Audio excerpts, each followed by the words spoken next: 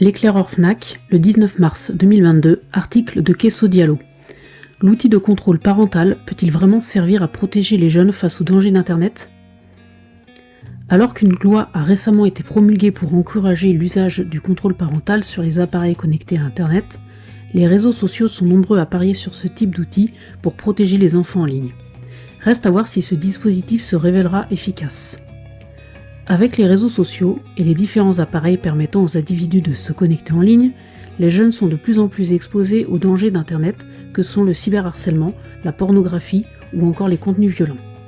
Face à ces risques, un outil est considéré par plusieurs comme un moyen de protéger les enfants. Il s'agit du contrôle parental, qui a souvent été mentionné dans l'actualité ces derniers mois. Début mars, une loi visant à renforcer le contrôle parental sur les moyens d'accès à Internet a été promulguée en France. Meta vient de dévoiler ses différents dispositifs pour Instagram et les autres réseaux sociaux travaillent sur des fonctionnalités similaires. Mais il reste à voir si ces divers types de contrôle peuvent vraiment servir à assurer la sécurité des jeunes sur Internet. Un besoin de protéger les enfants en ligne. L'origine de la loi, récemment votée par l'Assemblée nationale et le Sénat, remonte à novembre 2021. Elle a été proposée par le député La République En Marche Bruno Studer, estimant qu'elle permettrait d'éviter aux enfants de tomber sur des contenus inappropriés tels que des images violentes ou de la pornographie. Cela en encourageant l'usage du contrôle parental sur certains équipements et services vendus en France et permettant d'accéder à Internet. Pour justifier sa proposition, il s'est appuyé sur les résultats d'une consultation et d'un sondage IFOP indiquant que seulement 46% des parents de mineurs âgés de 8 à 17 ans ont installé des solutions pour suivre l'activité de leurs enfants en ligne en 2020. Parmi celles-ci, le contrôle parental était la plus utilisée. Ce niveau d'utilisation est quasiment resté le même un an après. D'après un sondage IFOP par Kaspersky, réalisé en 2021, auprès de parents d'enfants scolarisés à l'école élémentaire et au collège, ils sont 50% à utiliser un logiciel de contrôle parental sur l'ordinateur de leur enfant. Ce chiffre passe à 47% pour le smartphone. Même si ce chiffre semble déjà optimiste, on constate cependant que beaucoup de parents installent ces logiciels de contrôle parental sur les appareils des enfants sans connaître le fonctionnement de l'outil. Ils ne regardent que rarement les rapports d'activité et beaucoup d'adolescents parviennent à contourner les restrictions. Comme pour tout ce qui touche à la technique, c'est un premier pas d'installer les logiciels, mais ces derniers ne seront efficaces que s'ils sont mis à jour et inspectés, etc. Ont alors expliqué Steph Drapery et Clara Fouché, membres du groupe de sensibilisation du Cercle des femmes de la cybersécurité, le CEF6. L'IFOP indique également que ces chiffres peuvent être en partie liés à une certaine méconnaissance des outils technologiques et de leur utilisation. La législation à propos du contrôle parental est censée résoudre ces problèmes. Encourager l'usage par la loi une solution efficace ? Avec sa loi, le gouvernement entend faciliter l'accès des parents aux outils de contrôle parental en rendant obligatoire la préinstallation de ce genre de dispositif sur les appareils connectés vendus en France. Il doit être aisément accessible et compréhensible afin de permettre aux parents de restreindre ou de contrôler l'accès aux services et contenus susceptibles de nuire à l'épanouissement physique, mental ou moral des mineurs. De plus, il est obligatoire de proposer l'activation de ce dispositif à l'utilisateur lors de la première mise en service de l'équipement. Cette étape, ainsi que l'utilisation et la désinstallation de l'outil, doivent être gratuites.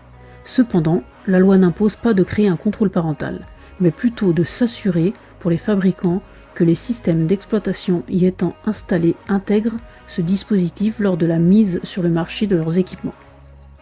Apple et Google, avec leur système d'exploitation, proposent déjà ce genre d'outils sur leurs différents appareils.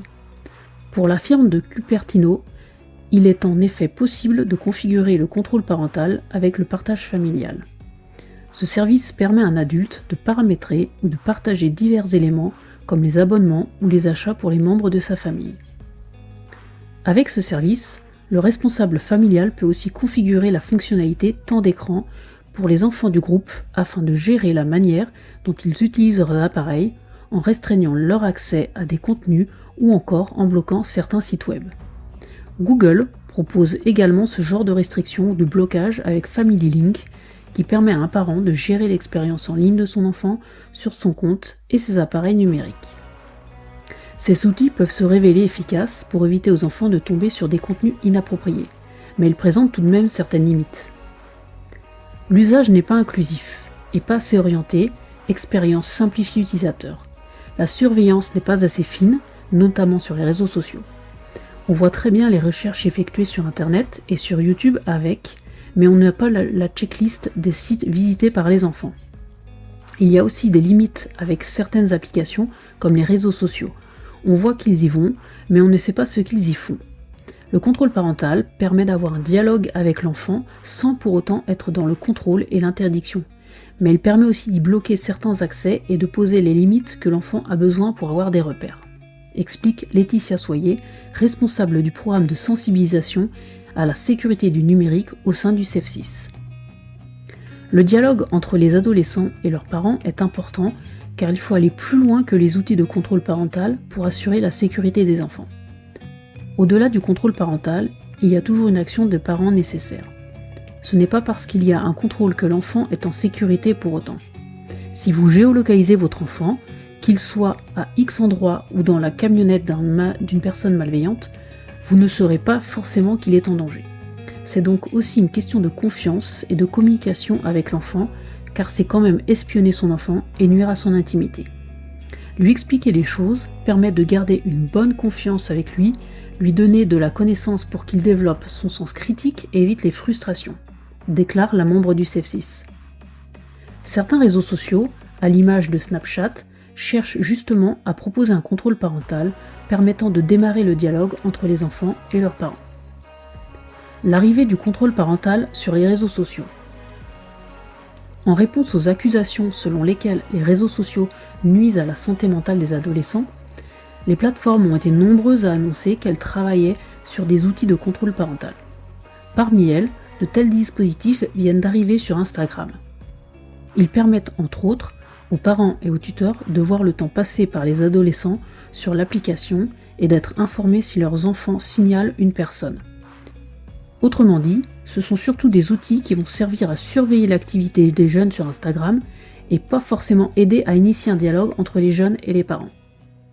Selon Laetitia Soyer, afin de vraiment limiter ce qui peut être vu sur les réseaux sociaux, il est nécessaire d'améliorer les contrôles parentaux ou les outils embarqués directement sur les téléphones. Je pense que la notion de contrôle parental doit être cumulative. Ces outils contrôlent tout le temps, mais le souci de sécurité n'est pas dans la notion de temps. Il est dans la notion de paramètres de ces accès et des informations personnelles diffusées sur Internet.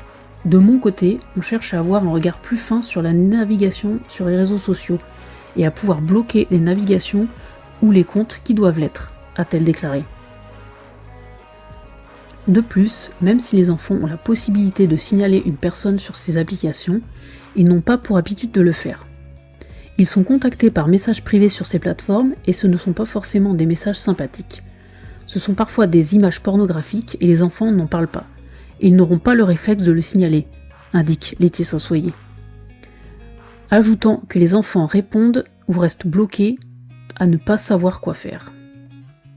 D'un autre côté, Meta a mis à disposition des parents un centre d'éducation grâce auquel ils peuvent apprendre à utiliser ces nouveaux outils à l'aide de tutoriels.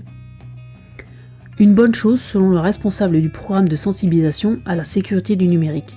Sur les réseaux sociaux, il faut expliquer aux parents et aux enfants comment sécuriser son compte, quelles données on laisse afficher et lesquelles il n'est pas prudent d'afficher. Quel que soit l'âge, tout le monde a le même problème en fait. Il faut un accompagnement à l'usage, quoi qu'ils mettent en place.